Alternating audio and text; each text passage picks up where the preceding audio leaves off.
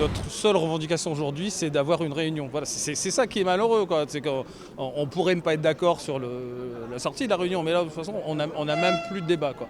Donc qu'il interpelle le ministre pour avoir enfin cette ouverture de porte au ministère ou à la direction générale. On interpelle aussi les élus, puisqu'on fait à peu près tous les élus de la région depuis maintenant 7 semaines. Nous, ce qu'on veut aujourd'hui, c'est ce qui est incompréhensible. On veut juste discuter avec notre ministre, notre directeur général, n'importe qui en fait. On veut juste discuter et aujourd'hui, on nous refuse l'ouverture des négociations. C'est vraiment incroyable. Le Brexit a été le catalyseur d'un malaise qui est plus profond chez les douaniers.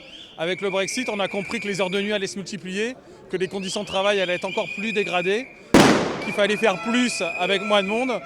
Et donc le Brexit a été le déclencheur de ce mouvement, mais qui est beaucoup plus profond en fait, qui vient de loin. Il faut savoir qu'on a perdu entre 2005 et 2015 30% de nos effectifs, alors que nos missions n'ont pas baissé.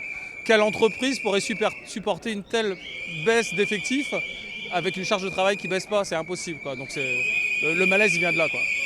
Alors aujourd'hui, ça fait 2 mois que les agents des douanes sont en lutte pour leurs revendications salariales et pour les effectifs. Malheureusement, depuis la première réunion que nous avons eue au ministère à Bercy avec notre ministre de tutelle, où il a fait une proposition de 14 millions, ça a été rejeté par les agents. Nous avons fait une contre-proposition à hauteur de 25 millions et depuis 3 semaines, nous n'avons plus aucun contact. Nous avons porte close aussi bien de la part du DG que du ministre. Or, nous sommes prêts à retourner à la table des négociations sans aucun préalable. Aujourd'hui, notre directeur général s'emploie plutôt à mettre en place des mesures répressives par l'envoi de procédures disciplinaires contre plusieurs agents de Dunkerque et de Lille pour essayer de casser leur mouvement, mais les agents sont déterminés, comme vous pouvez le voir aujourd'hui, et ils ne lâcheront pas.